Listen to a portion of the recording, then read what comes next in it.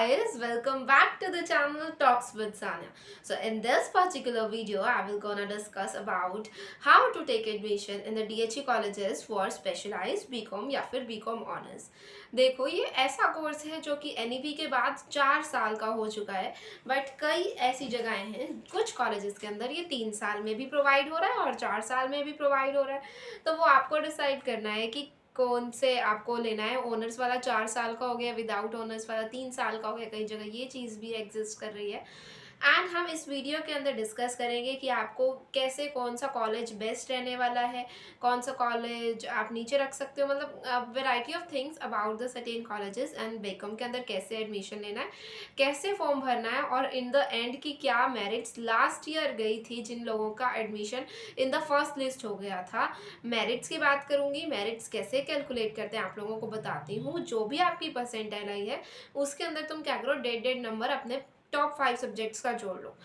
Physical education का 0.5 marks जोड़ोगे और अगर तुम्हारे पास NSS है तो उसका 1 नंबर जोड़ोगे तो तुम्हारी मार्क्स जो है बन जाएगी। वैसे ये मैंने तुम्हें रफ आइडिया बताया है, ऐसा होता नहीं है, 2-2 नंबर मिल जाते हैं हर एक सब्जेक्ट के। दो जोड़ने एक काम करो, तुम अभी 1.5 ही जोड़ो क्योंकि हर साल इसके अंदर चेंज आता है। पिछले साल भी चेंज आया था, इस साल भी होप सो चेंज आ सकता है। तो अभी हम डेड नंबर हर एक मेरिट लिस्ट का, हर एक सब्जेक्ट का जोड़ लेते हैं। बाकी जो भी नया सिनेरियो होगा हम तब उसके हिसाब से अलग से अपनी मेरिट लिस्ट कैलकुलेट करेंगे। आपका फॉर्म आपको आपकी मेरिट कैलकुलेट करके देता है और जो उसने करके देती है दैट इज़ फाइनलाइज्ड। चाहे आप अपने तरीके से दुनिया भर के तरीके लगा के तुम तो ऐड लेस कर दोगे ना, तो जो कंप्यूटर करके देगा वही तुम्हारी फाइनलाइज होगी, तो उसको तुम चैलेंज नहीं कर सकोगे। अभी मैं डेड नंबर जुड़वा रही हूँ तो कि अभी तुम्हें कम लगे तो एंड में तुम्हें ज़्यादा ही लगे तो अच्छा फील करोगे। इंग्लिश के नंबर मिलेंगे, बिजनेस एडमिनिस्ट्रेशन जो बिजनेस स्टडीज़ होती है ना उसके नंबर में जुड़ेंगे, इकोनॉमिक्स के नंबर जुड़ेंगे।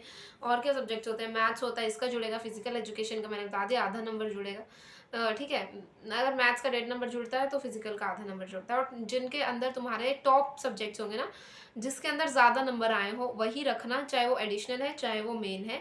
अब कई लोग ऐसे कहेंगे मेरा फिजिकल एजुकेशन एडिशनल सब्जेक्ट था बट उसके अंदर मेरे 99 मार्क्स आए और मेरा मैथ्स मेन सब्जेक्ट था उसके अंदर मेरे 83 मार्क्स आए, तो आप उसको रखो, फिजिकल एजुकेशन वाले को अपने सब्जेक्ट्स में डालो, मैथ्स को मत डालो। मैथ्स के 1 नंबर के पीछे तुम्हारी परसेंटाइल टोटल में डिक्लाइन हो जाएगी। तो जो अच्छे सब्जेक्ट्स हैं उनको टॉप पर रखना, अंडरस्टैंड।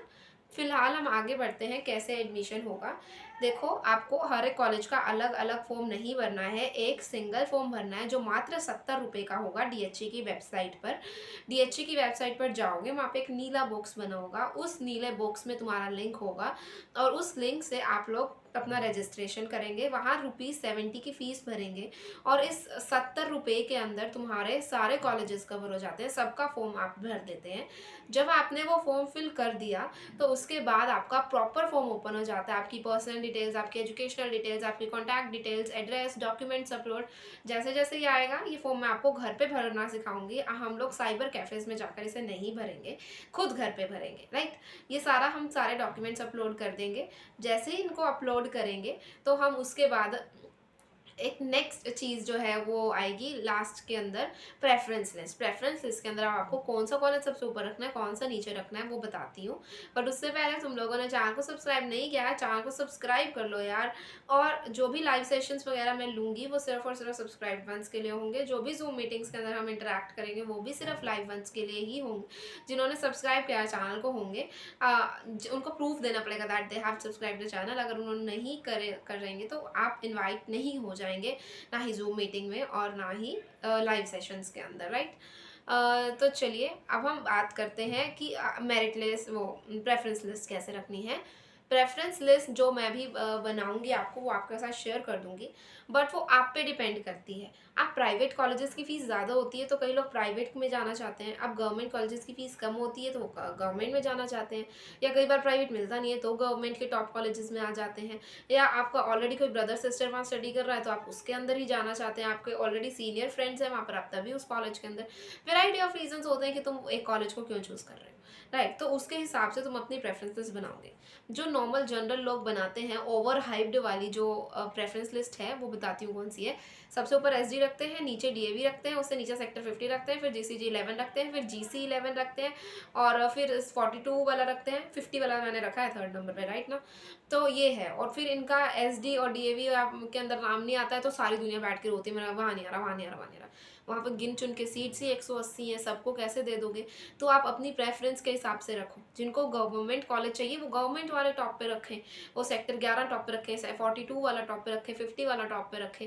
अगर सारी दुनिया एसजी को टॉप पे रखने बैठ जाएगी तो ऑब्वियसली एडमिशन नहीं मिलेगा। थोड़ा सा इंफ्रास्ट्रक्चर नया है उनका, ओवर हाइप्ड है, बट कहीं ना कहीं कॉलेज में गई हूँ, मेरा ब्लॉग देखना थोड़ा सा वहाँ का। निक्का सा कॉलेज है, बड़ा छोटा है, बाकी कंपनीज अच्छी आती हैं, फेस्ट अच्छे आते हैं, बीकॉम वालों के लिए अच्छा कॉलेज है, डीएवी भी अच्छा कॉलेज है। बट ऐसा नहीं होता कि बीए वाले भी वहीं भरी जा रहे हैं, बीएससी वाले भी वहीं भरी जा रहे हैं। तो ये आपका सिर्फ मानसूली ये क्या संतुलन हिलाएगा, सिर्फ मानसिक संतुलन हिलाएगा, और कुछ नहीं करेगा। तो अपने हिसाब से देखकर भरना सारी चीज़ें कि कितनी सीट्स अवेलेबल हैं, तुम्हारे कितने मार्क्स हैं, और तुम फीस उसकी हैंडल कर सकते हो, उसकी हॉस्टल की फ़ीस कितनी है, सब देख कर भरना। ठीक है, पूरा एक एस्टिमेट लगा लेना 3 साल का कि तुम्हें 3 साल का खर्चा है कितना आएगा, और उसमें तुम्हें रिटर्न कितना मिलेगा, सारी चीज़ें ध्यान रखना। और कितने वहाँ पर एक और चीज़ बताती हूँ, अटेंडेंस के लिए फ़ाइन्स होते हैं हर जगह, गवर्नमेंट में भी होते हैं और उसमें भी होते हैं। गवर्नमेंट के अंदर पूरी 100% करनी होती है तुमको अटेंडेंस, अगर मतलब कि एक फाइनाइट काइंड ऑफ एस्टिमेट होता है पर लेक्चर का। अगर तुम लेक्चर नहीं लगा रहे तो 3-4 रुपये का फ़ाइन आता है, और अगर तुम वहीं प्राइवेट में नहीं लगा रहे तो पर लेक्चर 20 रुपये का फ़ाइन आता है, ऐसा कुछ सिनेरियो रहता है। और टीचर भी कई बार बहुत गलतियाँ हो जाती हैं इस अटेंडेंस वगैरह के अंदर, कि आया बच्चा नहीं आया कुछ है तो फ़ाइन भरना पड़ता है। आप प्राइवेट में जाओगे आपका 1000 तक का फ़ाइन आ सकता है, आप गवर्नमेंट में जाओगे आपका 200 रुपये तक का फ़ाइन आ सकता है। जितने मर्जी छुट्टियाँ मारो या कुछ करो, देना सबको पड़ता है फ़ाइन, उसके बिना आप पेपर नहीं दे सकते। 1 साल बाद ये क्राइटेरिया होता है। तो और फ़ाइन कितना आता है ये तुम एस्टिमेट नहीं कर सकते।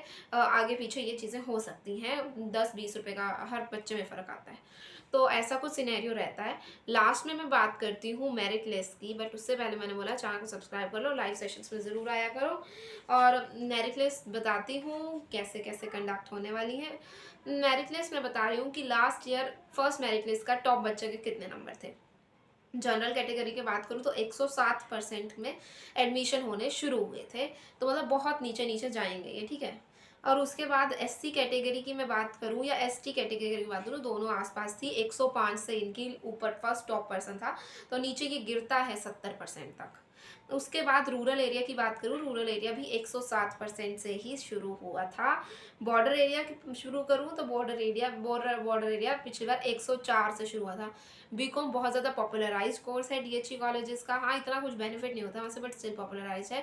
सबसे ज़्यादा हाईएस्ट मेरिट बीकॉम की ही जाती है चंडीगढ़ के अंदर, किसी और कोर्स की नहीं जाती इतनी ज़्यादा। और उसके बाद मैंने लिखा है शायद ईडब्ल्यूएस की कितने से स्टार्ट हुई है। ईडब्ल्यूएस की 101 से स्टार्ट हुई है और 90 तक फर्स्ट लिस्ट के अंदर एडमिशन हो गए थे। ये मेरिट की बात कर रही हूँ, परसेंटेज से अलग कैलकुलेशन होती है जो मैंने स्टार्टिंग ऑफ द वीडियो में बताया। एससी और एसटी की मैंने आप लोगों को बताई 104 105, इन दोनों की ना सेम सी गई थी। तो मोटे मोटे तो मुझे यही मिले पिछली बार की लिस्ट के अंदर। बाकी सिंगल गर्ल चाइल्ड मेरे को दिखाई नहीं दिया तो मैंने छोड़ दिया उसको। स्पोर्ट्स कोटा भी मेरे को दिखाई नहीं दिया। मतलब जो मेन थे कोटाज मैंने आपको बताए। और आउट जो विद इन चंडीगढ़ हैं उनका तो तुम 70% से ऊपर जितने भी नंबर है सबका हो जाता है सीट्स, क्योंकि उनके लिए ज़्यादा रखी गई हैं। थोड़े से बच्चे हॉस्टल्स वाले होते हैं, हॉस्टल्स की मेरिट लिस्ट अलग बनती है, हॉस्टल के डॉक्यूमेंट्स अलग लगते हैं। हॉस्टल के अंदर एक लोकल गार्डियन का कंसेप्ट आता है, उसकी बात हम फर्दर वीडियोज़ के अंदर जैसे जैसे एडमिशन फॉर्म्स रिलीज होंगे तब करेंगे। तो चले आप सब लोगों के साथ मिलूंगी in the next video. Till then bye bye and जय हिंद।